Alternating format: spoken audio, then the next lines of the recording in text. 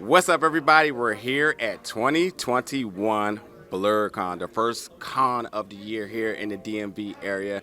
I'm with a very familiar face, very talented cosplayer, and I got to put the respect on her. She is the first person, if I'm not mistaken, I'm pretty confident, I'm about 99.8% confident that you're the first person announced for this con as a guest. So that's a lot. I might have. I really think you are. Like the first three, if not. Yeah, I'm almost sure you were the first graphic I saw when you pop up, and I was like, okay. But here we are, Ronnie. How you doing today? I am doing great. Thank you so much for having me. I've had a wonderful weekend here. This is actually my first Blerdcon that I was able to go to. Before, last year was supposed to be my first one. 2020 happened, but having a great time. Awesome. So you are from Vegas. It's been pretty hot here in the DMV area, but that's also with a little compass of some humidity. But is this like actually considered hot? You consider that you get like 110 days out there? Listen, I actually can do dry heat much better than wet heat. So is it as hot? Not technically, but I'm still dying. I'm still drowning in my own sweat that then mixes with my lotion and turns me into a slug. Yeah. And I'm just like, because in Vegas, it'll be hot, but it's so dry that your sweat evaporates before you can even notice it. So you just kind of be like, dang, the sun's sunning today, and that's about it, Yeah, I hear that. I love Vegas. Something I like to go to, someplace I like to go to every year. But pandemic kind of hated on that. But I'll be there in a couple of weeks or whatnot. But my biggest thing is you're at Blerdcon, and Blerdcon I feel is identified as a con that you don't see all around the world, and you are well traveled. You are here around your people, but what does it mean to be here as a featured guest and everybody's going nuts every single chance they can see you? So, funny enough, even though this is my first Blerdcon, I was actually plotting on this con since before it was, even really a thing, since it was like a baby seed of an idea, because I've always just felt, as someone who has been in the nerd community as long as I have, that we just need more spaces that aren't necessarily like exclusive to people, but are centered more around protecting certain people that often go unprotected in geek spaces. And I think that Blerdcon really provides that. I think some people kind of get caught up in the word blurred and they think, oh, I can't go there unless I fit that specific category, but that's not the case at all. And there's been a wide diversity of people here that I think makes it so special, like from all walks of life. But like I feel like everyone feels safe here. I feel there's a vibe and an atmosphere that you're, as you said, it's one of a kind. Like you don't feel it at most cons. It feels really like a family reunion more than anything else. So gotta love it. Her first con here, she gets it. So that's just that. You have impressive builds. I mean, I think everybody is deeply in love with Sonic. But I just want to know, is there one that you just kind of look at and you just be kind of mind blown, like, damn, I did do that. Like, I did body that. Like, what's the one that you just even look at and just be like, wow?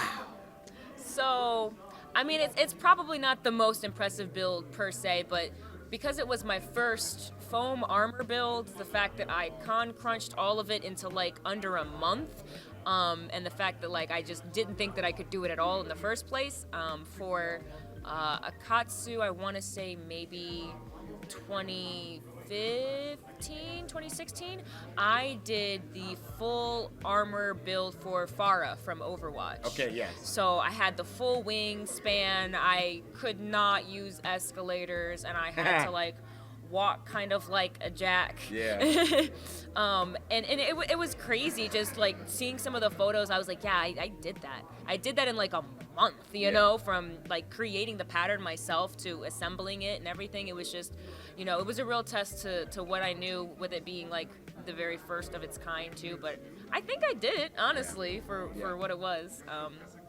I think along with that being an impressive build, I think a lot of people, whether you're a cosplayer or whether you're just a frequent traveler, what do you do to get this through TSA from Vegas? Like, how do you get these mega builds from coast to coast? Because that's not really, I don't think there's like a merch line out there that says like, pack your cosplay in this. But when you bring in those impressive builds and you have a huge fan base, But you know, people got eyes because they're looking for you to knock it out. This is the level of expectation. You deliver every time effortlessly.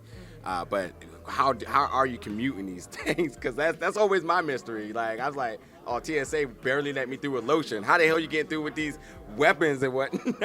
So lucky for me, the Katsu that I went, I was still actually an Ohio native at the time. I was born and raised in Ohio, so I got to just drive up to KatsuCon. So everything that I wanted was comfortably tucked into my back seat and or trunk for that. I've never flown with armor before, but I do know that most people who do it end up having to ship everything to the hotel ahead of time, and they'll have like the name associated with the room, so they know, okay, I'm gonna be the one picking that up.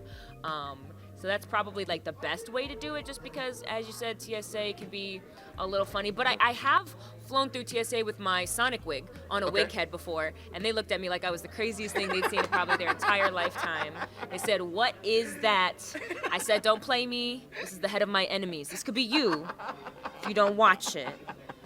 The way how TSA be ready to boycott, they're like, yeah, you know what? I'll take the L. This off me right now. You know what? But honestly, I think that they loved it. They were like, I've been seeing the same angry travelers that are going to miss their flight because they woke up late all day, and they were like, this is a nice change of pace. This weirdo walking through the line cracking jokes with a giant decapitated Sonic head, just switching it up on them. So one thing I've kind of been wanting to focus on is that cosplayers, slash content creators, or just almost personal contractors, because what you do in your craft is your business. We have been shut down since March of, I'm getting the years confused, March 2020, right? Yeah, March 2020. So yeah, it's been a while, and a lot of us, especially well-known cosplayers and celebrity cosplayers such as yourself, we look for the cons, and that has been non-existent for a while. What did you do to really keep yourself fresh in regards to content, in regards to mental health? What did you do to really keep yourself motivated? Because the pattern, I mean, we went through the craziest time ever. It's unexplainable, but how did you, as a content creator, cosplayer, and so on, how did you continue to keep yourself fresh, both mentally and content-wise?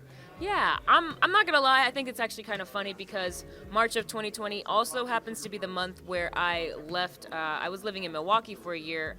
Me and my partner ended up moving to Vegas, where we knew all of like 2 people there that were already, settled in, had their friend groups, had their lives. So we got out there, we knew almost nobody, and then the world shuts down. So I'm not even able to go out to events or bars or anything to go make friends. So I'm not gonna lie, 2020 was rough for your girl. She was in a little isolation.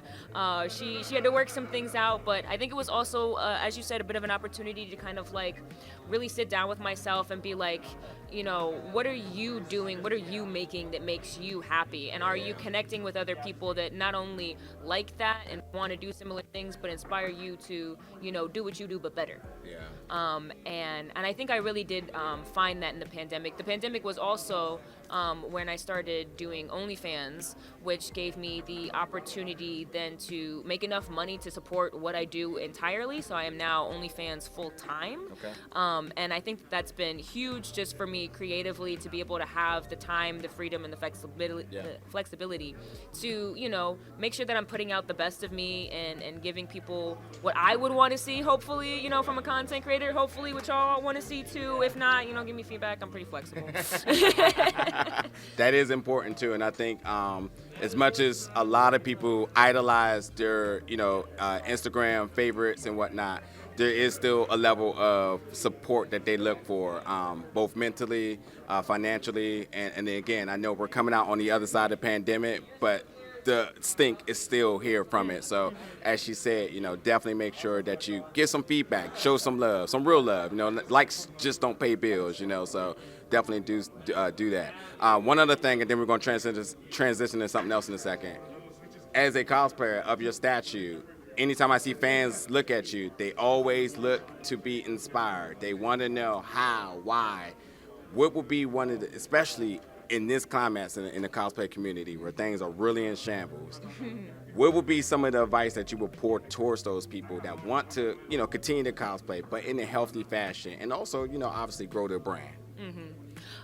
So things are definitely turbulent right now. They're unwinding, but I feel like we're definitely coming upon what I feel is going to almost be like a new era of like cosplay and cons, because I feel like, real talk, before the pandemic happened, Instagram ruled cosplay, the community, and now we're coming back. I haven't really seen it as much, but like TikTok is kind of king now.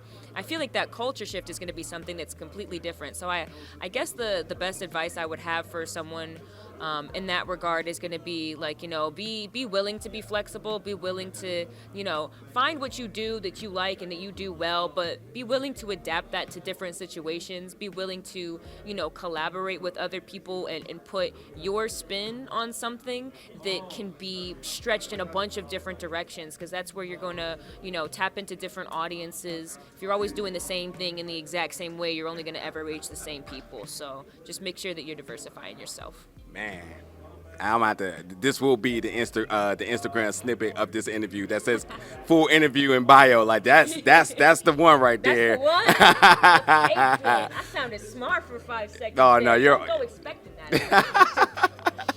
So again, the pandemic happened, and while you have continued to reinvent yourself and to really find other avenues to really put out your content, I do know that you're also working on something else. So at this time, I definitely want to bring on your partner, because I want to talk about something that you all are working on. And I think this is super interesting. So I want to be able to use my platform in order for you all to do so. So I'm going to give you the mic for you to introduce him. And I want y'all to tell me what I got cooking up. So yeah, no problem. So this is the Himbro. This is Ty, also Redline.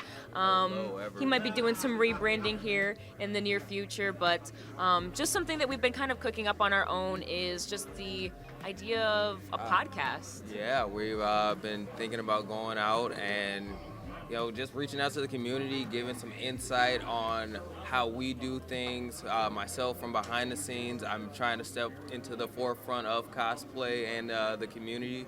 But we just kind of want to give back, talk to people, let them know, like, hey, this is how we did it, this is how we grew, and this is how we want to connect to people, because this community is what grew us and is letting us live this lifestyle, so we want to connect to that community. And that's what it is. We want to be able to talk to people and just talk about everything we love, cosplay, gaming, YouTube, all that cool fun stuff, and give it to the fans, give them the inside look on the community and your life. I know a lot of people are going to come and want to see the life of Wreck-It Ronnie.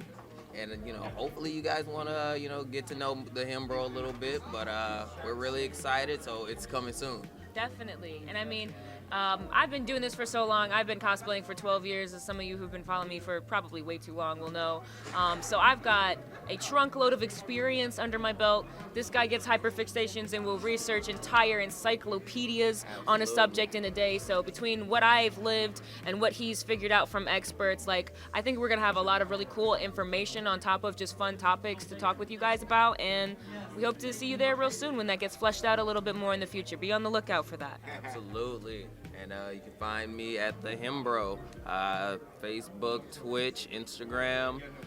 Check me out. I'm going to be gaming a lot. And yeah, you'll be able to find me on our podcast. You'll be able to find that information soon on both of our social medias. So look forward to it. Yeah, follow him. He's cute and funny. I wouldn't be dating him if he wasn't. Hey, I got to bring something to the table. Well, thank you so much. I know the mic is a little bit off of me, but thank you so much. Look at her. She's now getting the podcast skills up to par right now.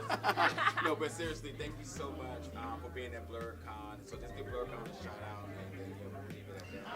Shout outs to Blerdcon. This is my first one of definitely many. I'm going to be coming back here every single year. You guys are going to get tired of me. Thank you so much to Hilton. Thank you so much to Maurice. Thank you so much to staff.